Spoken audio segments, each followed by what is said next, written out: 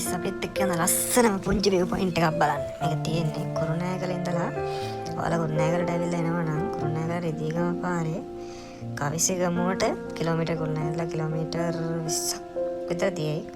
දකුණු අත පැත්තට වෙන්න දකුණු අත පැත්ත. විතර හන්දියක් තියෙනවා. හන්දියෙන් දාලා කිලෝමීටර් 6ක් 7ක් විතර යද්දි වම් අත පැත්තෙන් උඩට යන්න තියෙනවා ගහලා පාන්ගල view point කියලා.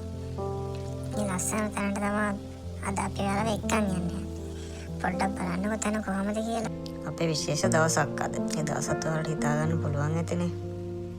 මොකක්ද ඒ දවස කියලා කේක් එකකුත් අරගෙන යද්දී ඔයාලා හිතුවා හරි එයාගේ උපන්දිනේ තමයි අද තියෙන්නේ. පේනවනේ කේක් එක කරයි යන විදිය. බලමුකෝ. අද ඉතින් දවසම කේක් තමයි.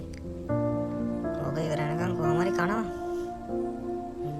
කන්න බැරි කෙනෙක් නෙවෙයි. ඒක කෙට්ටුවට තිබ්බට. මං හිතන විදියට උතනින් පේන්නේ බතලගොඩ. මෙතන ඉඳලා කුරුණෑගල ටවුන් එක සම්පූර්ණයෙන්ම පේනවා. ඔයාලට ෆ්‍රී වෙලාවක බර්ත්ඩේ පාටි එකක් ගන්න කැම්පින් කරන්න මං හිතන්නේ මේතර නම් හොඳයි. මට කුරුණෑගල එන්නත් පුළුවන්. මං හිතන්නේ බයික් එකේ තමයි එන්න පුළුවන්.